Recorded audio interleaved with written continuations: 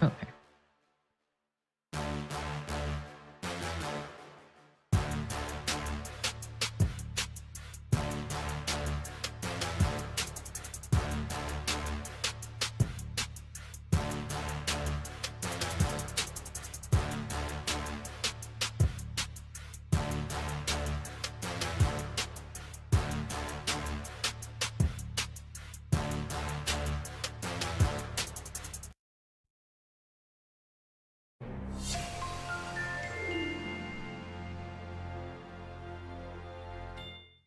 Hey, everybody. Welcome back to the Combo Couch. It's me, Fiorella Isabel, and Oz is on the ones and twos today.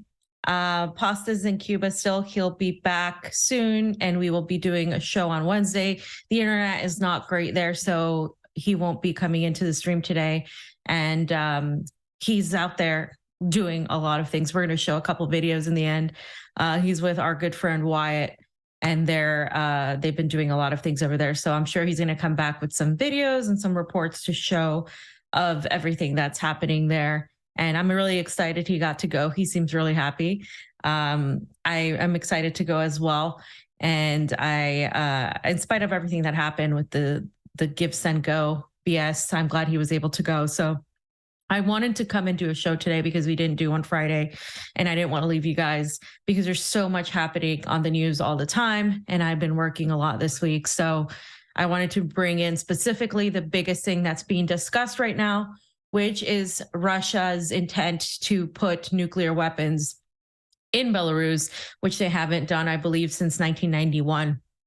And so a lot of people have been freaking out about this because obviously this escalates the idea of nuclear war. But we have to really speak honestly at who's doing the escalation, because there's a lot of people who say, it's Russian propaganda to say that the US and the West are escalating, but that's really the reality. And more people are coming to Moscow or coming to Donbass and realizing what is actually happening here. And it's really a really good opportunity to be here right now with everything going on, because it's not just the Ukraine conflict, it's everything regarding the shift of the balance of power that we're seeing. And so I'm going to talk a little bit about all of that's happened lately, because it's such a big deal. I don't think people sometimes, I think we get caught up in, I don't know, in like good guy, bad guy scenario. But the reality is it's actually much more complicated and nuanced than that. And I think we really need to talk about the effects of multipolarity and what that means. So let's get to it, Oz. Let's go ahead and start. So why is Russia going to put these nuclear weapons in Belarus? And a lot of people have been talking about this, right? Why is Russia going to do this? I'm going to break it down. And basically, Russia is responding to what the US is doing, what the West is doing, particularly the UK. So the UK said that they were going to send depleted uranium shells to Ukraine. And this is something that Russia knows is an absolute escalation of war. They have said they will respond accordingly. When that was announced, Russia said we will respond accordingly. They did so. What is depleted uranium? Well, it was used during the bombing of former Yugoslavia, what was former Yugoslavia. And it's the 20-year basically anniversary since then. And that showed how the devastation and the side effects of that. It's cancerous. A lot of people have diseases and illnesses. It was also used, a lot of these chemical weapons of war have been used, of course, in Iraq as well, where now we're passing the 20-year anniversary since the US-led invasion of Iraq. So a lot of these same weapons have been used by the West time and time again. And the US has already nuclear weapons and nuclear bases pretty much everywhere. And they've been trying to surround Russia's border with the sort of NATO alliance, which is, this is why they want Sweden and Finland, and why the whole point of Ukraine being neutral was so important.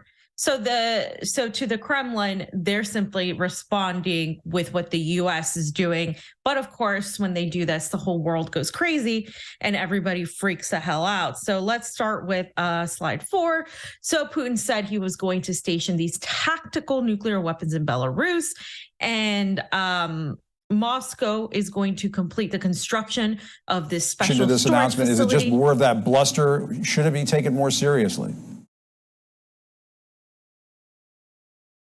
And so it's just a storage facility that they plan on completing. And so Putin had already said that they've transferred the Iskander short-range missile system, which is a device that can be fit with a nuclear or conventional warhead.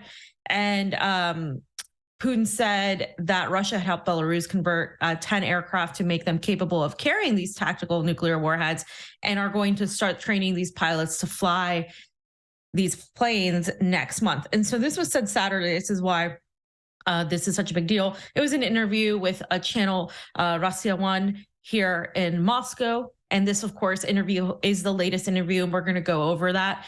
But also, it's important in the context of Xi Jinping just came here and discussed very important issues with Putin. And of course, that was after Bashar al-Assad came. So we're seeing like so many things happen, right? The Saudi Arabia and Iran broker deal via China. We're also seeing Saudi Arabia and Syria commit to reopening their embassies. None of these are isolated events. These are all events that are entirely related to everything that's happening. And it's part of this larger shift that I'm talking about. So did you want to finish that, Oz? Or yeah, let's go ahead and finish the rest of that.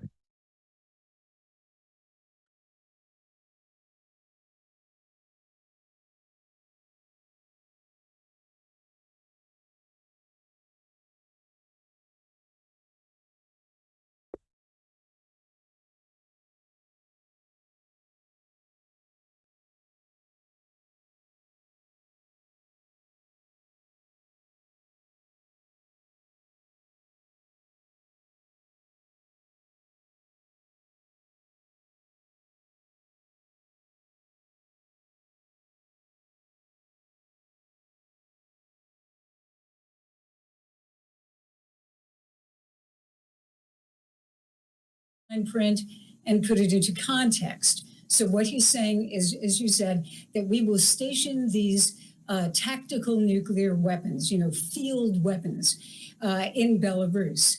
And the question is, when will this happen? Maybe this summer. But I think the important thing is he's not saying, and in fact, he's saying they will not put them in the hands of Alexander Lukashenko, who is the president of Belarus.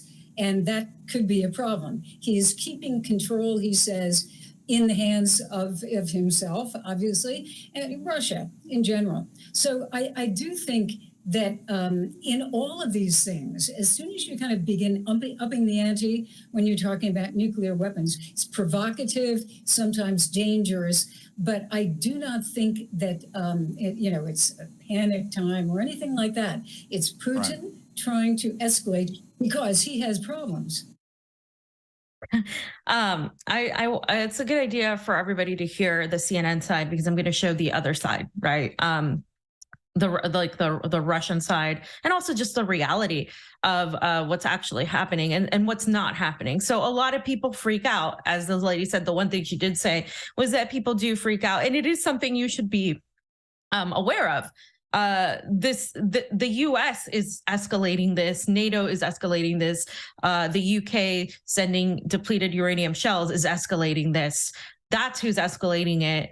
How is Russia escalating this? They're responding, of course, to an escalation. And so many people have been really not understanding this whole situation here. You cannot expect any country to not defend its borders against the United States and what it's been doing, and NATO and what it's been doing. This is the whole problem. That's the whole point. They're going to defend themselves, whether it's China, whether it's Russia, whether it's any other country, Iran, all these nuclear countries, they're going to defend themselves. And the attempt of the US to try to control them is what's actually pushing them together. So if anybody's escalating this, it's NATO and the West. There has been multiple attempts by Russia, and even in this last conversation with Xi Jinping, to de-escalate the situation. China created a 12-step peace plan to bring negotiations to Ukraine. Who said they were not open to any sort of ceasefire? It was the State Department of the United States saying that they weren't open to that. It hasn't been Russia. It hasn't even been China. In fact, China's been acting like a peacekeeper in a lot of these conflicts, which we'll get more to later. But this is the whole thing. Like, these people on CNN, they're paid to basically say Putin is losing. Putin is doing this because he's desperate. It's projection, because the reality on the ground is actually the opposite. Now, this is also not happening. This is kind of what I'm afraid of this tweet, because it's kind of putting the blame once again on Russia. And it's also it is, I mean, he does say the stupidity of Western strategists, right? Because these Westerners are really pushing this, but Putin did not Russia does not want to escalate this war. Russia didn't even want to go into this special military operation. They didn't even want to. It took them 9 years to go in. And this idea that this is an excuse to put these weapons is wrong, because they weren't looking for an excuse. This was never supposed to be the intent.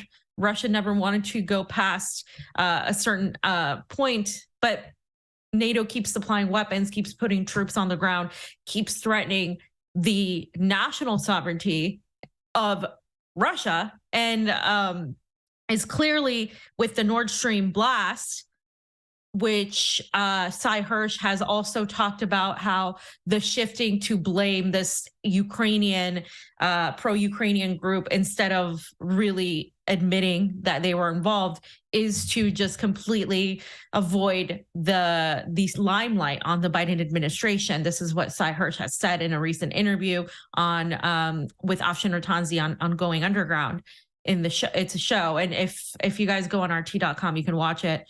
But he has said as much in pretty much every interview that, you know, it is the U.S. did this. So that's an attack that the U.S. did. Russia hasn't responded by, you know, bombing something like the equivalent, right? But this is not talked about in Western media. You only hear, well, Putin is putting nuclear weapons, so he's just, you know, trying to show that Russia's doing this and that. And that's just not the case. So the other thing is Iran, right?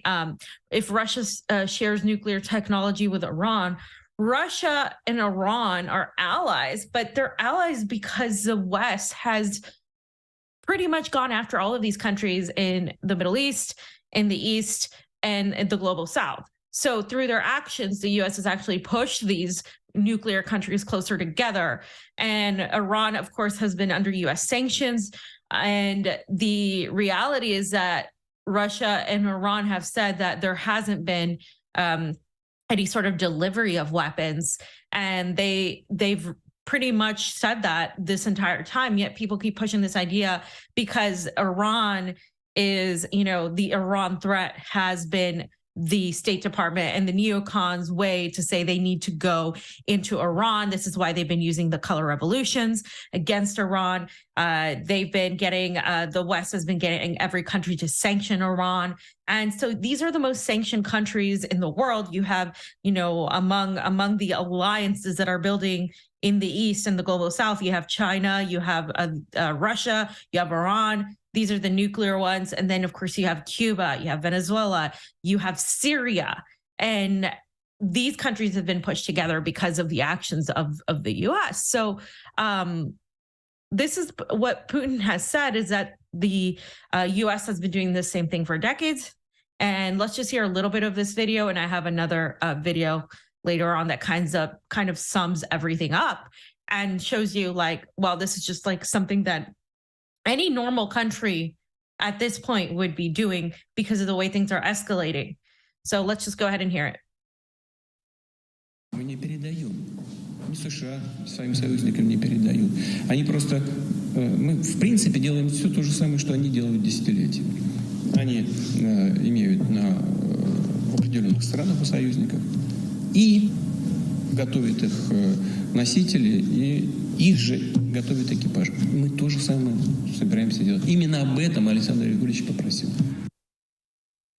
So just to reiterate that, Putin said that Russia is simply doing what the U.S. has been doing for decades. They train, they have a train, they train and they provide weapons to certain regions via their allies, and this is what they've been doing. So Russia's just going to do that now. The problem is you're not allowed to do what the U.S. does. You can only do what they tell you to do. And so when Russia does this, of course, the whole objective is like, oh my God, Putin is this nuclear maniac. He wants to kill everybody, blah, blah, blah. But that's not like the case. What would you do as a leader? What do you do to protect your country, especially amidst everything that's been going on with NATO and what they've been doing?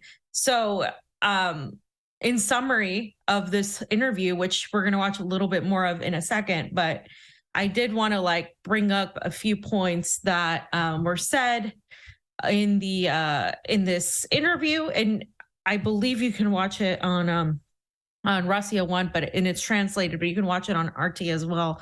So he basically said that Moscow and Minsk, right, have agreed to put these nuclear weapons in Belarus without violating international obligations. And they're going to start this on July 1st with the storage facility, as I mentioned. And this is Russia's response to the depleted uranium shells. It has hundreds of thousands of such munitions, but is not using them yet. So they're not using them yet. I hope they don't use them. I hope the US and the UK stop with their escalations, because the side effects of these uranium shells have been documented widely in warfare. And it's absolutely awful. And it would cause the devastation of so many innocent people. And that's why I think this is being done to push the West to not do this. He also said the West supplies weapons to Ukraine covertly, but the Russian military is trying to destroy them in the process of delivery. That is their goal. The Russian military industrial complex is developing at a very fast pace, which many did not expect. The domestic industry will produce 3 times more ammunition than Western countries supply to Ukraine. The total number of Russian army tanks will be 3 times higher than the number of tanks in the armed forces of Ukraine. For Russia right now, this is what they have to do. This is their only way to defend themselves. They know they've been the target of the US and NATO. I'm not a war hawk. I don't like, weapons of war. I don't like the idea of militaries. I don't, this whole idea of war is not something I'm like a fan of. And I really obviously would want peace. But again, what do these countries do in the face of being obliterated by the United States? They're going to defend themselves.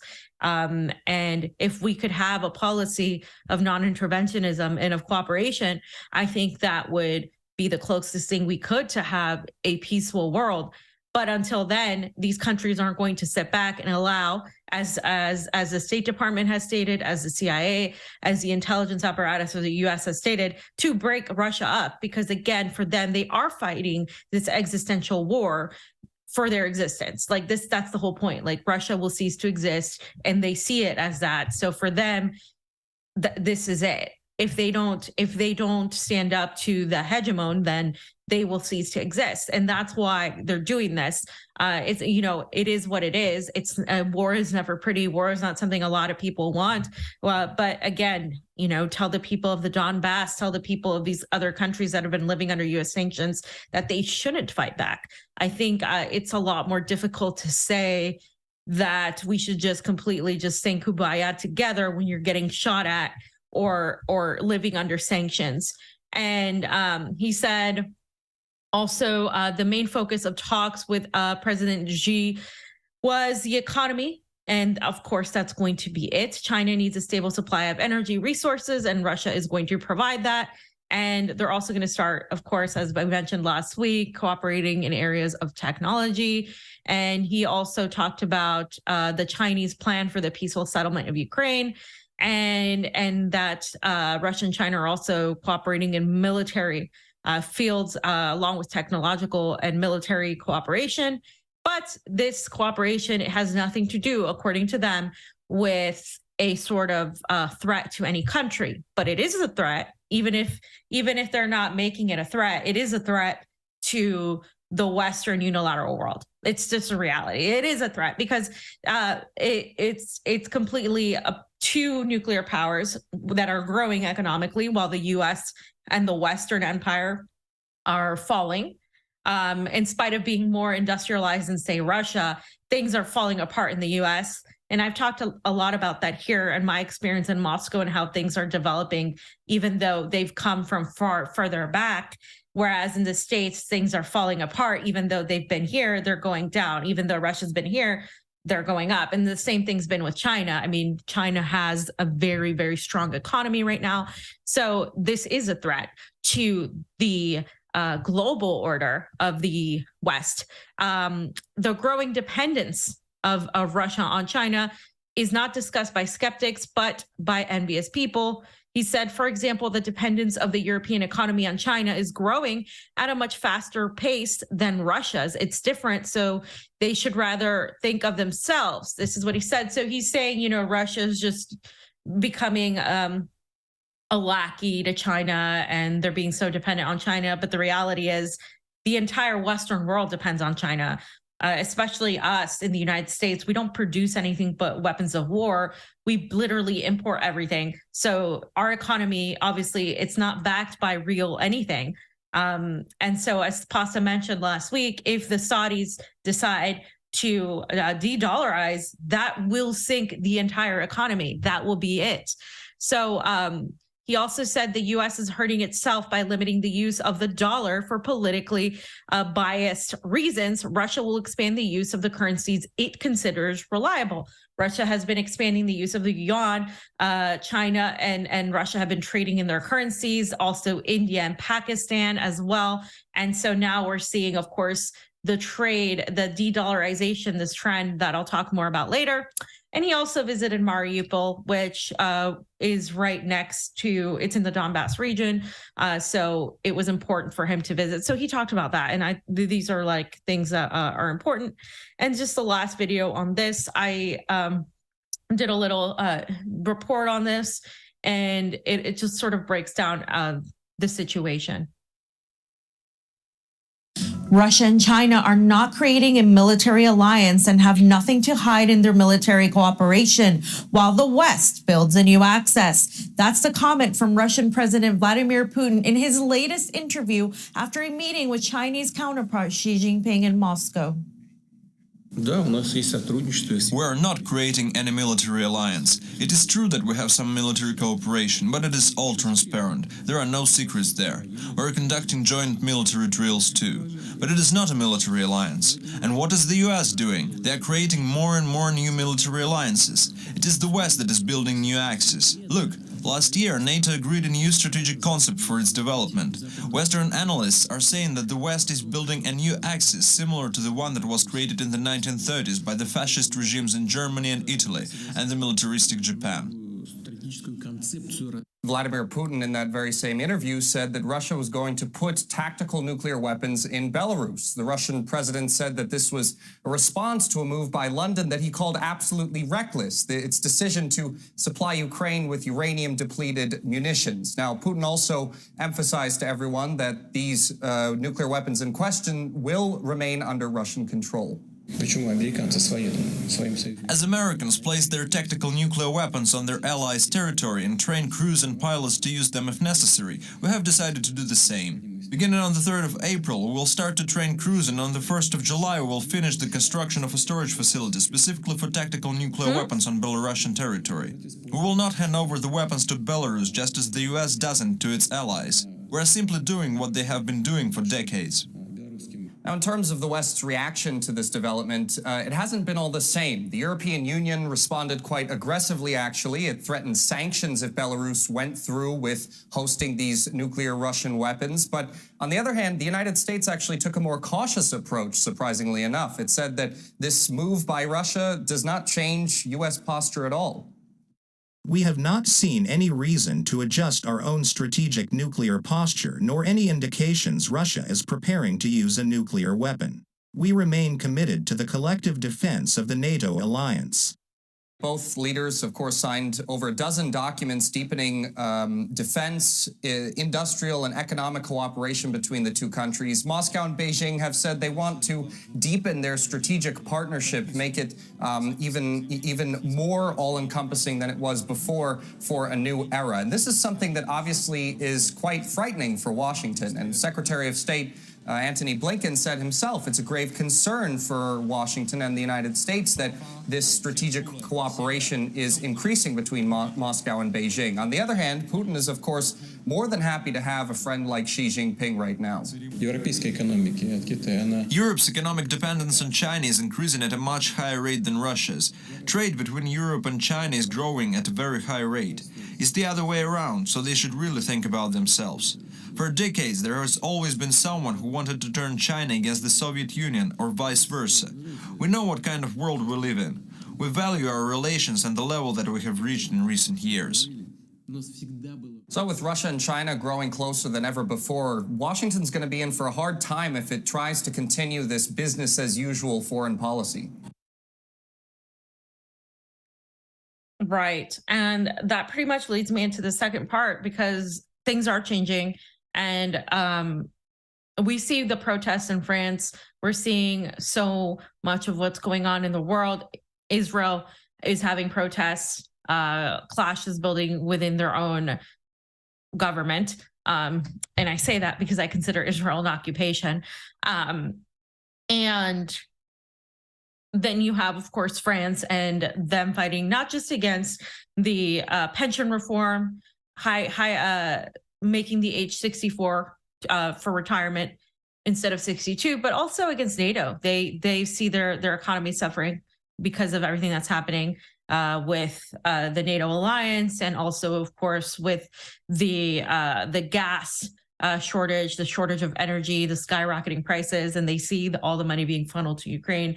People really are angry there. But in the United States, of course, what we're seeing is the crash, right? The financial crisis that's happening, which is, again, another move towards CBDCs, because that is a way for them to be able to get everything to funnel through and have this control, where now people are going to be reliant on the system more than ever, and it's going to make it harder for people to own anything, which is something we've been talking about for the last few years now, which is the ultimate goal. And of course, when I had Vanessa on last week, we talked a little bit about this. Is Russia actually fighting against that? Is China fighting against that? Are they just a part of it?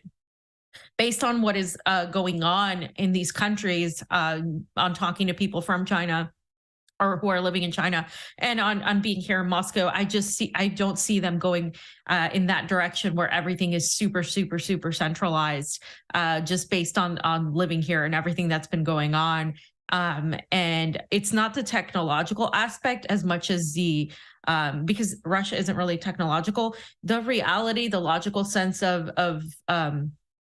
seeing those phases from the Great Reset being implemented on Syria, being implemented in Iran, being implemented in China, where they just want to control the population rather than the population being actually open and approving of the government. I think the Western like sort of like anti-government view comes because we haven't had a good government in the West, especially in the United States. Every single government we've had in the last recent history has been extremely terrible, has been to control people, has lied to us time and time again. So we think that there's never a moment where we would have a decent government. I think a lot of people right now are in this like doom-filled mode, and obviously things are not great. So I understand why that mentality is there. But in terms of China and in terms of other countries, people do support the president. People do support their government. And you may ask yourself, why? Well, because they feel backed by their government. And I think if people feel backed by their government, they're going to support it 9 times out of 10.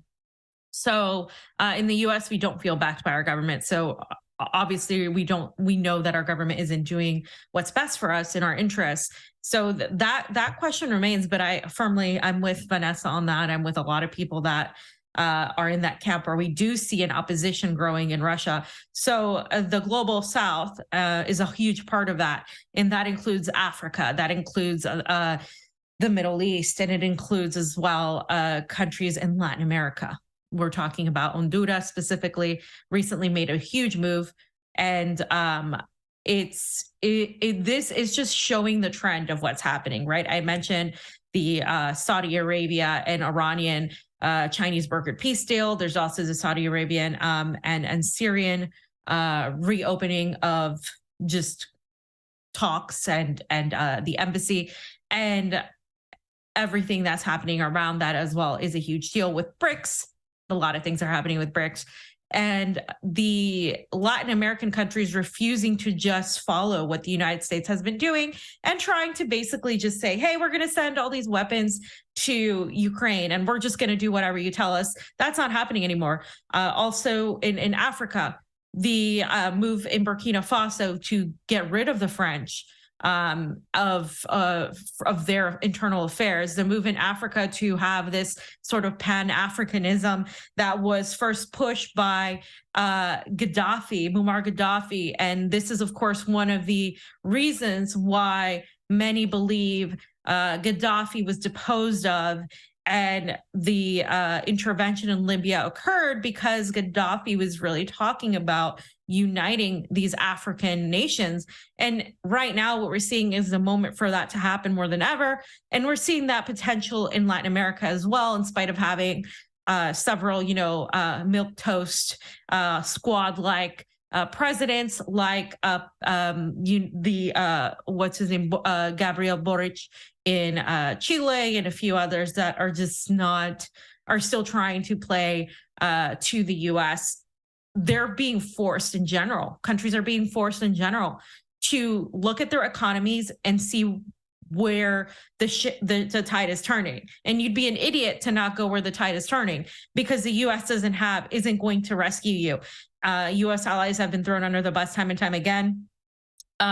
There's also the objective that the entire point of blowing up Nord Stream was to destroy all of Europe, to destroy particularly Germany's economy, which has happened. And so I think more and more people are realizing this and seeing this new era emerge. Now, again, there's people that say this is all part of the plan, that this isn't real, that these people are just, they're just gonna set us up for the next thing.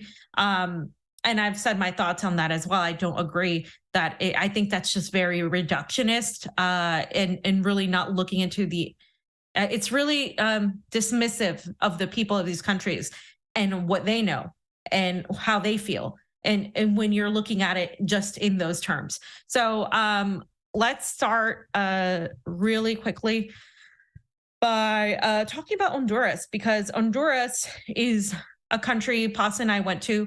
And if you guys remember when we went to Xiomara's election, and we didn't make it to the inauguration, but we did go to the election, and we saw that the elections had their issues, but were mostly fair, and their system. And we talked about all that, and we met with some of the people from her party, and we were like deciding, okay, so Honduras has this relationship with Taiwan. Honduras has had this relationship with Taiwan forever. They haven't been there on the China issue. Will this change, with Nicaragua being so pro-China, so having good relationships with China? Honduras came from being couped by also, of course, a U.S.-backed coup in 2011. And so Pasta and I have been following this story for a long time, since the inception of our show. And when we talked about Manuel Zelaya, who's the husband of Xiomara Castro, how he was just pushed out in the middle of the night in his slippers. And it was, of course, Hillary Clinton was the one that orchestrated this coup, and people started coming in through the border in Tijuana. And I went there and I spoke to those people, and they specifically mentioned Hillary Clinton. They mentioned the United States. They had the name of Juan Orlando Hernandez at the camps where they were staying at in Tijuana. They knew who was to blame for this. And fast forward, years later, almost a decade later, then of course Xiomara, the wife of Manuel Zelaya, becoming president. The question was she going to do what needed to be done? Was she just gonna, play into the U.S. game? Was she going to be another lackey? What was she going to do? People said she was always more radical than Manuel Zelaya. And when we spoke to them, there was a lot of like, hush, hush, and we're just going to work with everybody sort of thing. And we're like, okay, we know they can't do what Nicaragua has been doing. We know they're not Cuba. We know they're not Venezuela, but that was the question. And so here's our answer. They are recognizing the one China policy. They have cut ties completely with Taiwan because under the one China policy, you can't support the government of Taiwan as its own entity. It's China is Taiwan. So you would have to support the China one policy, which means you'd cut these ties with Taiwan. And so after decades of having this relationship with Taiwan, Honduras cut these ties with Taiwan. So why is this such a big deal? Because this is like Honduras and Nicaragua now, two of the most vital countries in Latin America, countries with Honduras specifically, with U.S. military bases there. This is a big deal. It opens up the potential of a new canal, the potential of a new allyship, economic relations, boosting the country, just like they have boosted Nicaragua, and the potential for another canal, the potential for, Panama, which has been under a neoliberal U.S. type of control for a long time, is now in question. This is why Guatemala has been important. So you have all of these things developing, and let's just go ahead and watch some of these videos. We'll start with this one.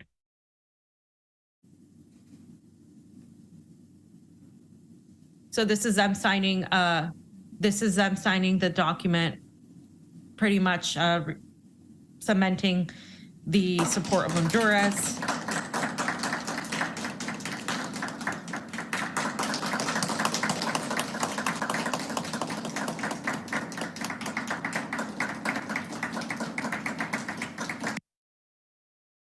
And again, this has been a long time coming. This has been something that we've been looking forward to. We've been hoping happens. So let me go ahead and read what this means, and specifically their statement and what they said.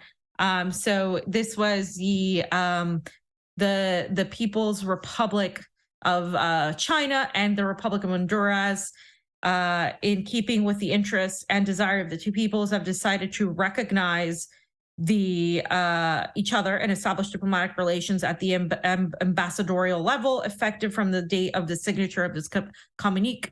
And the two governments agree to develop friendly relations between the two countries on the basis of principles of mutual respect for sovereignty and territorial integrity, mutual non-aggression, non-interference in each other's internal affairs, equality, mutual benefit, and peaceful coexistence. The government of the Republic of Honduras recognizes that there is but one China in the world. The government of the People's Republic of China is the sole legal government representing the whole of China, and Taiwan is an inalienable part of China's territory. The government of the Republic of Honduras shall sever diplomatic relations with Taiwan as of this day to no longer develop any official relations or official exchanges with Taiwan. The government of the People's Republic of China appreciates this position of the government of the Republic of Honduras. I just want to reiterate something that I think people were not really talking a lot about when Xi met with Putin. The language between these countries, right? Even just the positioning. Oh, this is about non-interference, respecting people's sovereignty. We're all equals. We're going to have cooperation. None of these words really get exchanged when the U.S. is making deals with their allies. It's our way or the highway, or we're just going to protect your freedom. We're going to protect your democracy. But it's like, we are doing this for you, rather than this is an equal footing of two sovereign countries cooperating. This is why so many countries, once Russia took the stand to go after the U.S., literally said, oh, yeah, this is a moment we've been waiting for. Let's all band together and go after these mother efforts, because they've been literally sanctioning us, having us under blockades. And so one of the countries that's been, the number one sanctioned country right now is Russia. But in Latin America, of course, we know of two of the most sanctioned countries. I would even say three: Cuba, Venezuela, and Nicaragua, right? And those three have always been close. And Bolivia has also jumped in there, really supporting these countries. But Honduras, the question was, is Honduras going to support Nicaragua, their neighbors, and with El Salvador? Although Bukele isn't any socialist or leftist, he is kind of his own thing. he's really not a fan of the IMF. The IMF isn't a fan of him. He's not a fan of the current administration, and he has attacked the U.S. for their policies. So he's opened relationships with these other countries in Central America that are more leftist.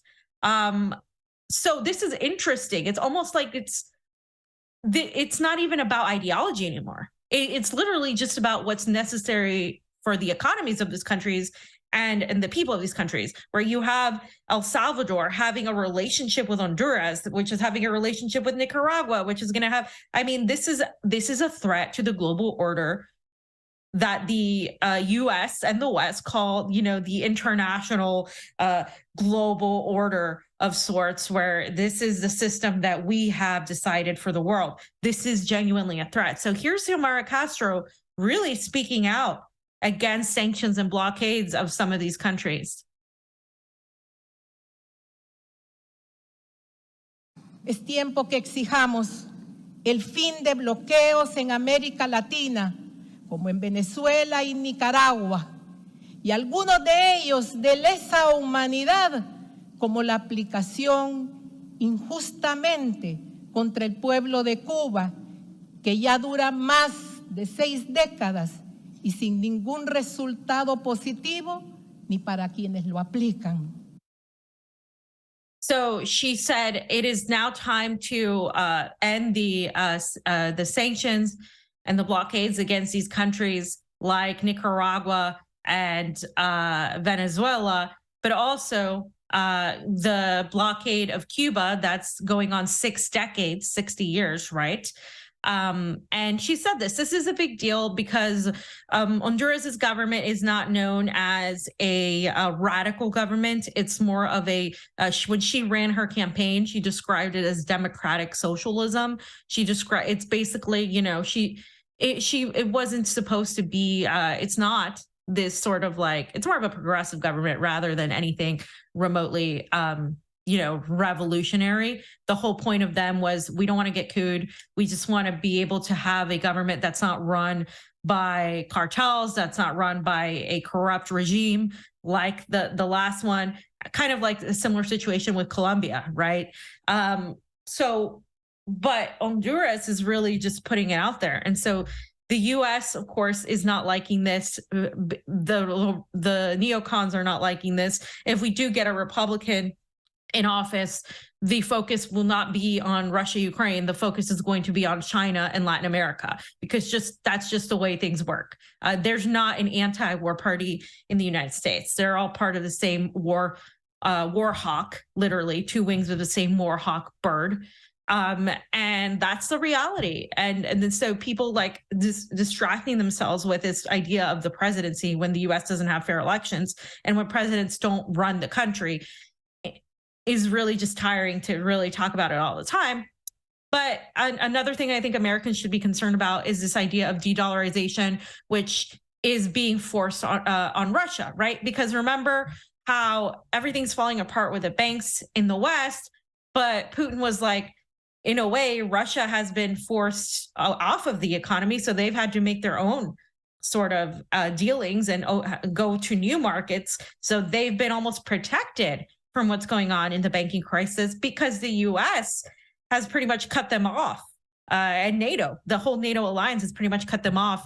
When I first came here, and even still now, I can't use any sort of banking from the U.S. I can't. It's impossible. There's a lot of companies and shops that had to leave because of that. I think IKEA just sold completed the sale of all of its factories in Russia. So if you go around Moscow, you'll see empty IKEA buildings. You'll see empty stores, and they thought, this is going to do it. This is going to kill the Russian economy. We're going to be able to push a color revolution, and Putin will be deposed, and we can put in our leader, and then Russia will just be broken up into little pieces. That was the plan. That's not going as planned. And so when Putin talks about de-dollarization, that's what he's talking about, saying that this is exactly what this is what the West has pushed Russia to be at. They forced the Russians to look at other markets because of this whole thing. So I just wanted to mention that. And Russia has also been growing the use of the Chinese yuan, as I said, and other currencies with their in transactions with foreign partners should not be seen on it as an attack on the US dollar.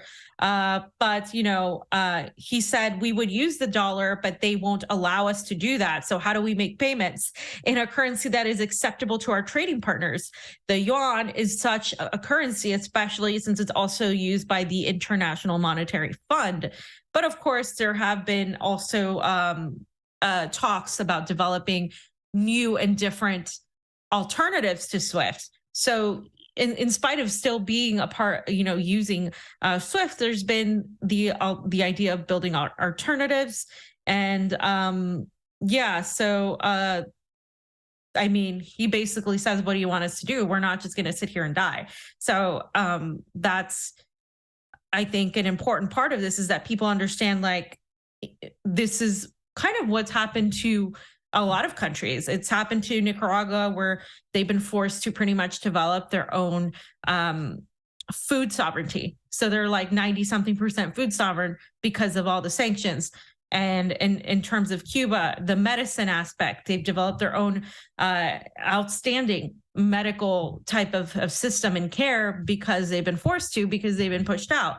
And so you have the attempt to isolate Russia, developing new Russian markets. And this is backfiring in a lot of ways. And I don't think that was intentional by the US. This is definitely not something that the US wanted. So there is another, I believe, video of Putin where he's talking a little bit about this and how this has forced people in Russia to find other outlets.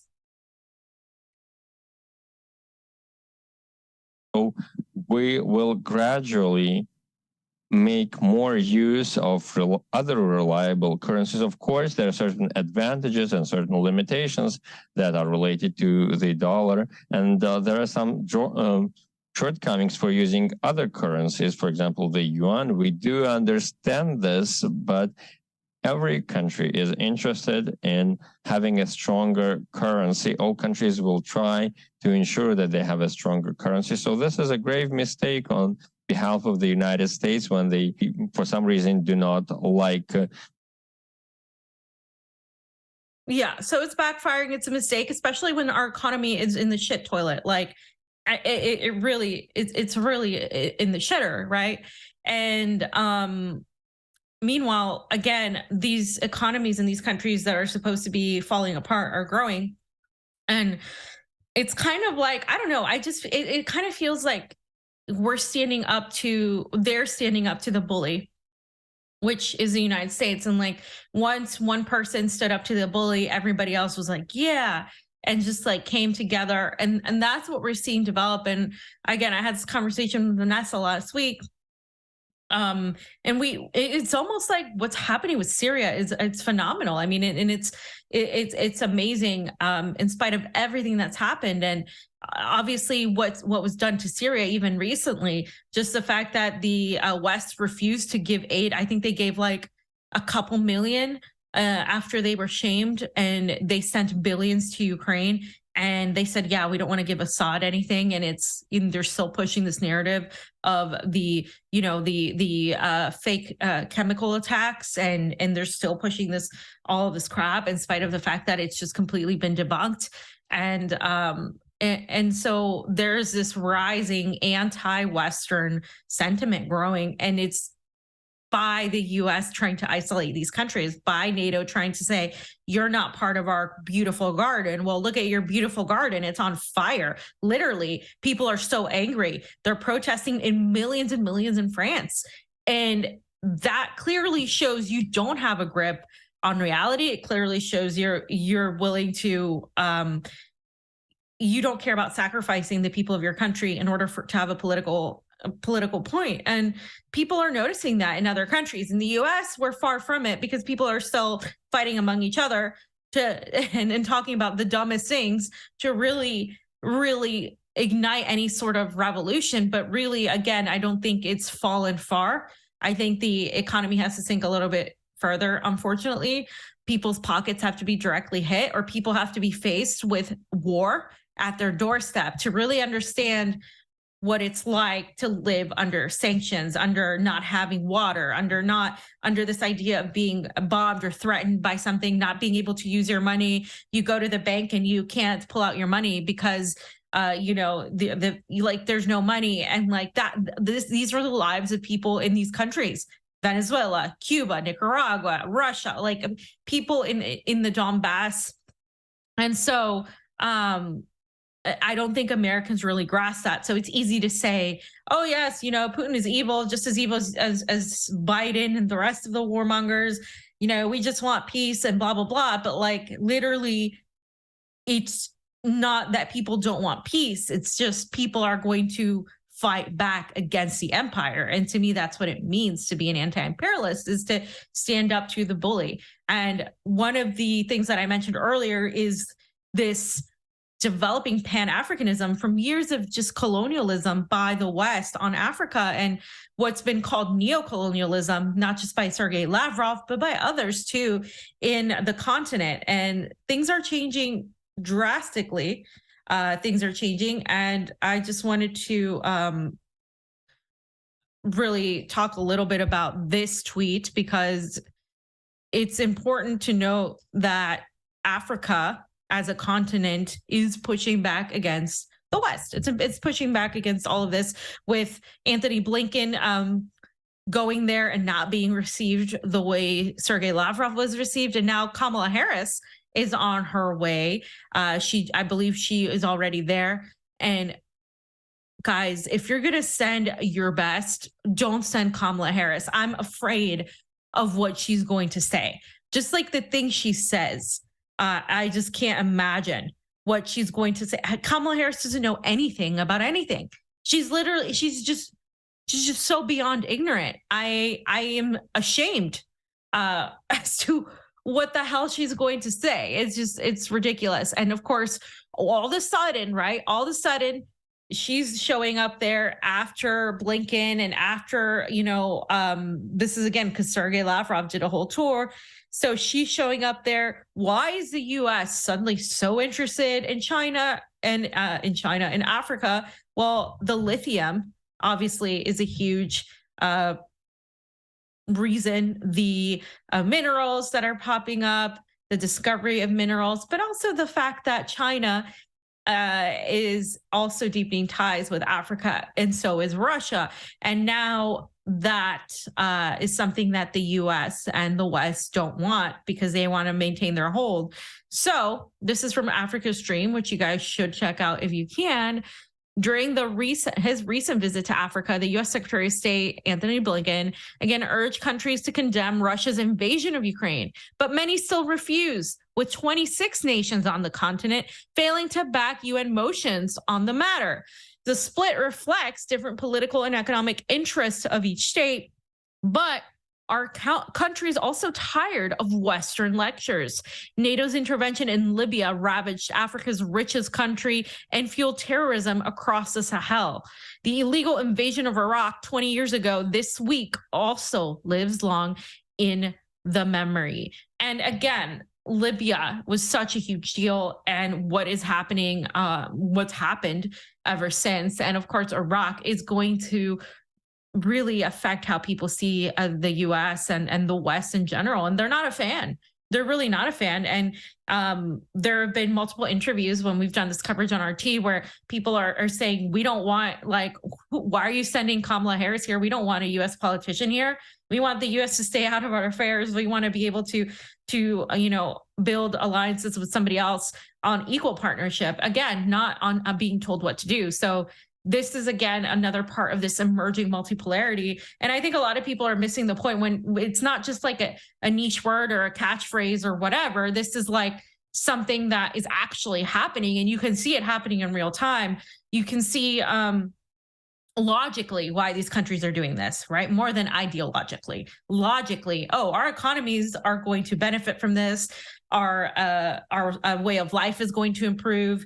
they're offering more of an equal partnership than a unilateral type of partnership where we just, get told what to do, who we can talk to, and so on and so forth. And for these countries in the continent of Africa, for these countries in Latin America, for these countries in the Middle East or West Asia, this is an opportunity to jump on that, to really, build this. And with that, of course, BRICS is also on the rise. BRICS encompasses billions of people, far greater alliance than anything the West has in terms of the impact, the potential for impact as well.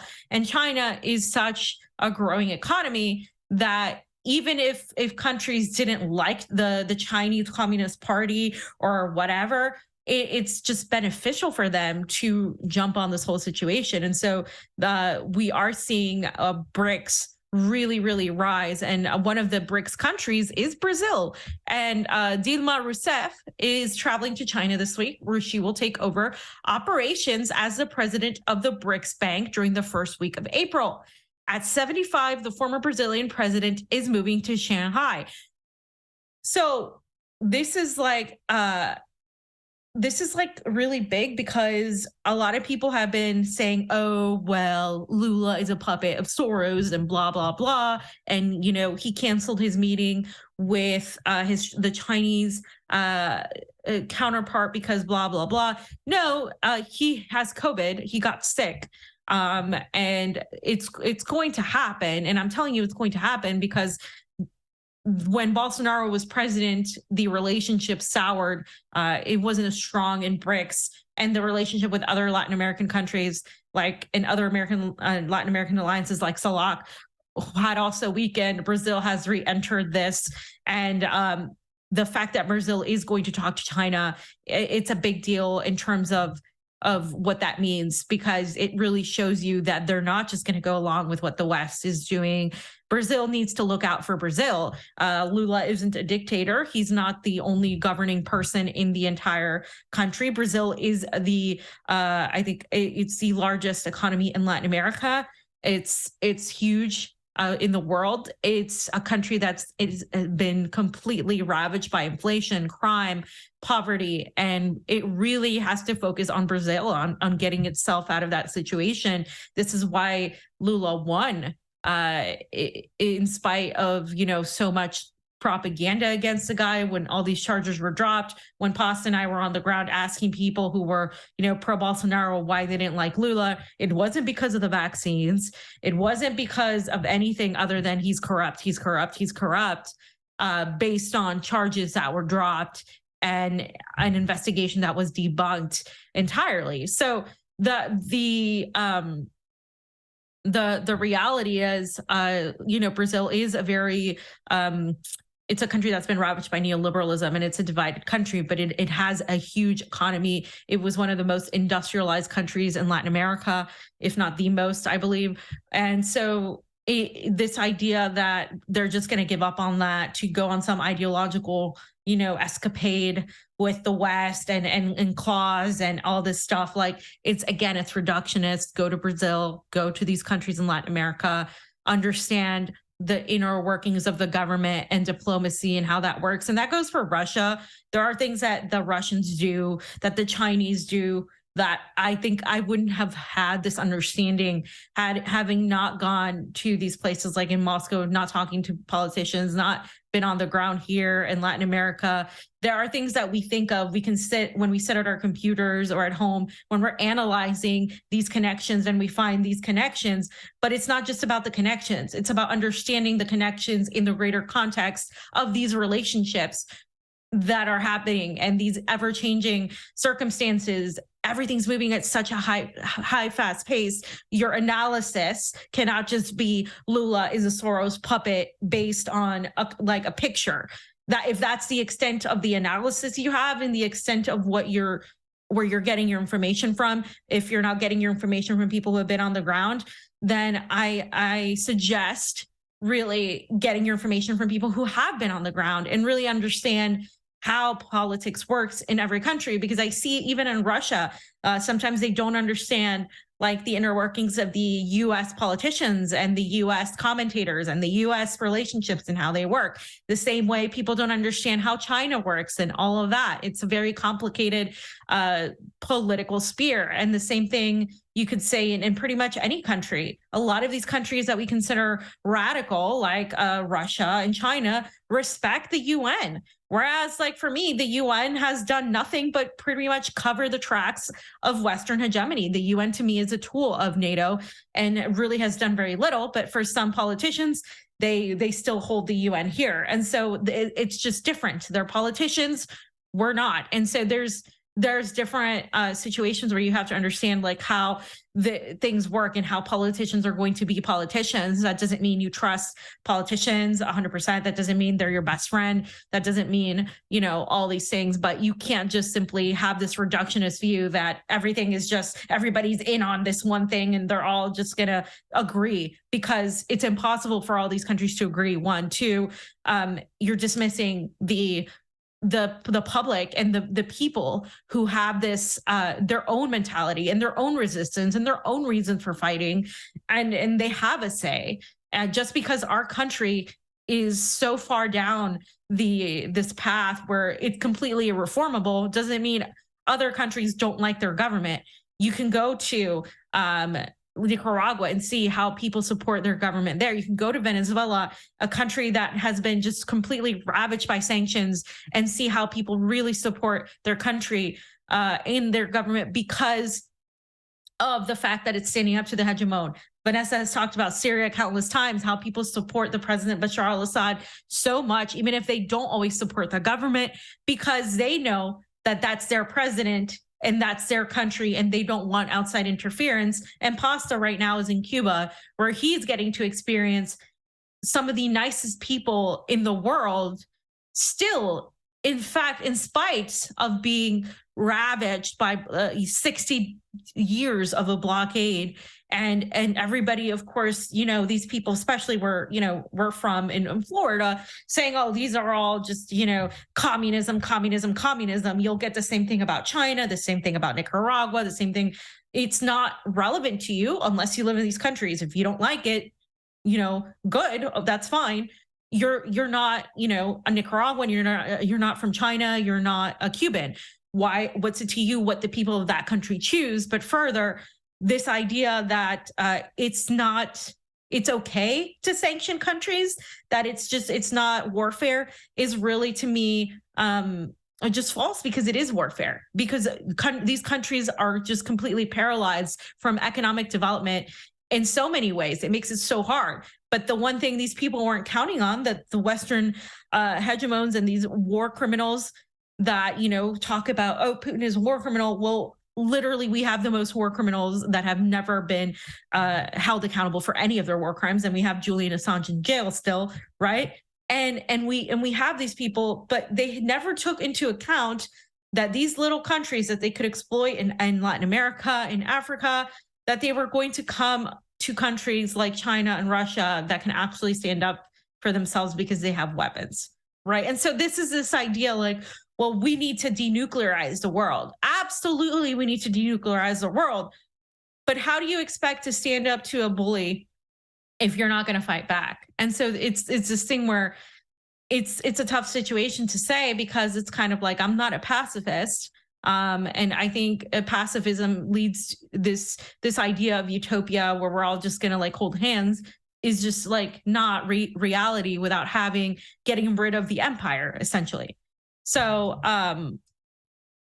you know, that's that. And I just think there's so many people online that say, oh, you know, you're just spewing propaganda and all this stuff. And it's just so false, because I've had these same views for a very long time. And we've been following these stories for a very long time. And one of the things that I really do want to go to is go to Cuba, because this is part of it. This is what I feel is the reality. So here's Pasta dancing. And I wanted to show this video, one, because Pasta is actually a really good dancer. And this is coming from a Latin American, right? And yeah, I mean, just look at those hips go. Oz, Oz, can you dance as well? Because I don't think you can.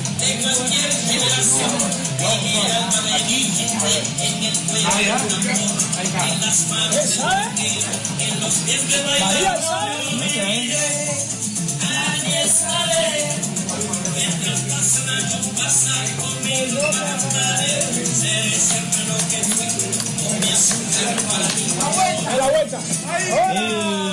¡Opa!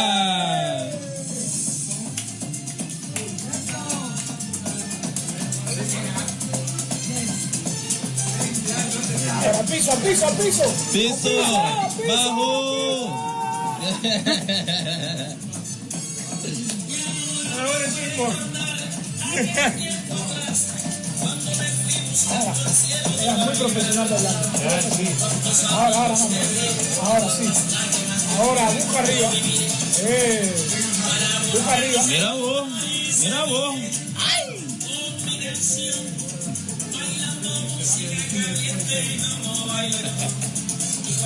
Ahora, rumbeaselo. Ah, busca. Ahora.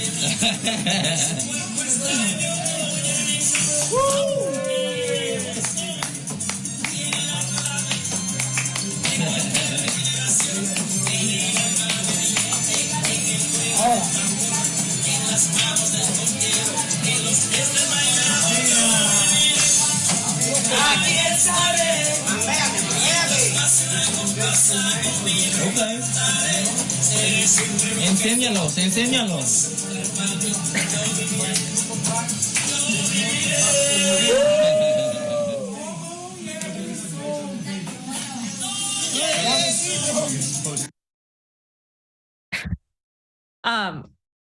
Yeah, that's amazing. I mean, that people can be so happy in spite of everything that they're facing, in spite of all the poverty, in spite of all the sanctions, a blockade, of being told that, you know, they live under a dictatorship, and just the way people have had to live there is really astounding. And it's actually, you know, it's gotten really bad. And that's one of the reasons we wanted to go there.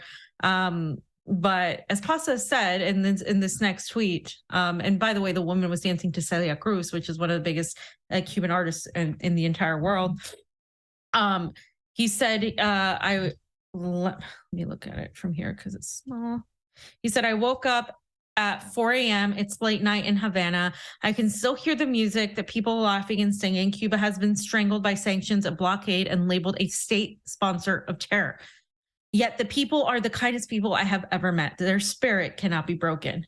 And I think that's extremely important to highlight, not just the sanctions and the blockade, but also being labeled a state sponsor of terror. Can somebody tell me how a little tiny island full of people that are sanctioned and blockaded is going to be a state sponsor of terror? This whole, just the way they frame it, like Cubans, that like the lady you just saw, and like multiple videos, if you go on Pasta's Twitter, he's posted that these people are somehow a bunch of terrorists that are going to come and try to like convert you into communism. It's just fear mongering. It's the same thing that they've done to Russia, that they've done about China. Like, these people are just going to come in and like turn you all into a bunch of like, you know, hammer and sickle commies. And like they did it too during the war in Iraq. You know, happy anniversary. Where they, you know, every Muslim or every person from the Middle East was just terrorists coming to turn you and impose Sharia law. Like that's literally what people think still, right?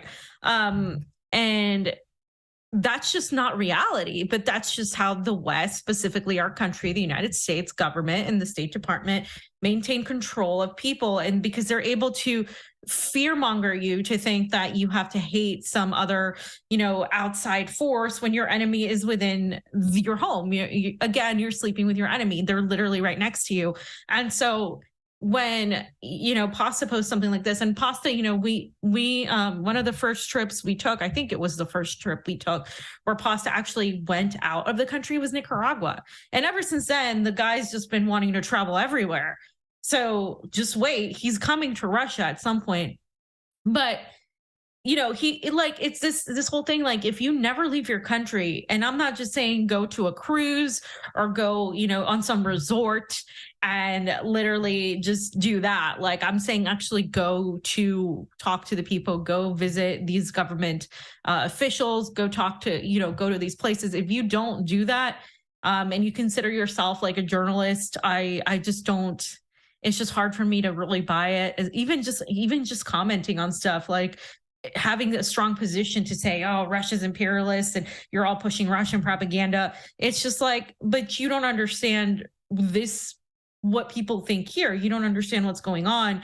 You're diminishing the people of these countries and their opinions because you think that you have a moral higher ground, that you are this, most peaceful, seeking, loving person, but really you're asking them to literally allow themselves to be slaughtered. And that goes for any country that stands up to any sort of hegemon, whether it's the US, whether it's whoever. And right now, obviously, the biggest one is the United States. So the fact that Cubans have been able, this little tiny island, to resist so much for 60 years really says a lot about their spirit. And I look forward to hearing what Pasta and Wyatt have to say on Wednesday. And I really look forward to going there. And I really want to hear how the elections went. So far, we know that the elections did have a high turnout and that people did go vote. And Kaswachan News has been talking a little bit about that as well. So yeah, I'm looking forward to talking a little bit more about that with the guys when they're here on Wednesday. And make it there myself, hopefully in May. And I'm excited. I'm really excited for what's happening in spite of everything, in spite of all the darkness. I do think people are pushing back. And I think our country is the one that's kind of being left behind in the US. And I think we really need to do something to really push that, to really be the ones to stop this war escalation, because I'm glad that there were several rallies, right? There was the Answer Coalition rally most recently, and there were several smaller ones that spewed out of that. And then, of course, there was the Rage Against the War Machine. There needs to be more rallies, but besides rallies, there needs to be just understanding that electoral politics isn't it. Look at what the French are doing. Take notes, write them down. And one thing I do want to say before I close off is, there's a lot of hypocrisy when it comes to that. I see a lot of people on the right cheering the French protests and, saying, oh, look at this. This is great. They know how to hold their government accountable. But it would be called riots and a lack of law and order here if people did it. Same on the left, the hypocrisy. Oh, look, this is so great. Look at what the French are doing.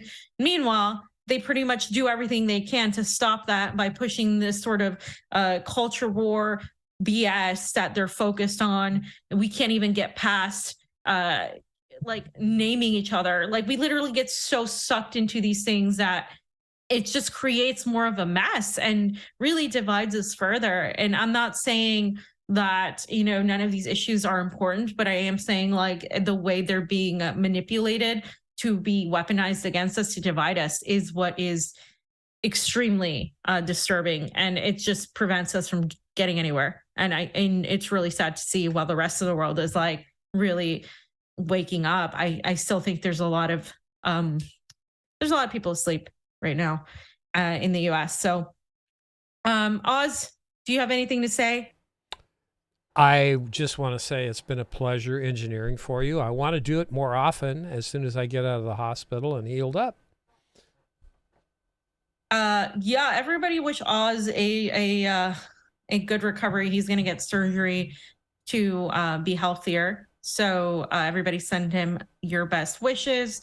And we'll be back, guys, with Pasta and hopefully Wyatt as well on Wednesday to talk about their trip and what they saw. And I didn't see any Rockfin stuff, but if I don't have the Rumble in front of me, but we'll catch you guys next time. And yeah, guys, thanks for watching. Much love to you. Thank you for all the support you give us.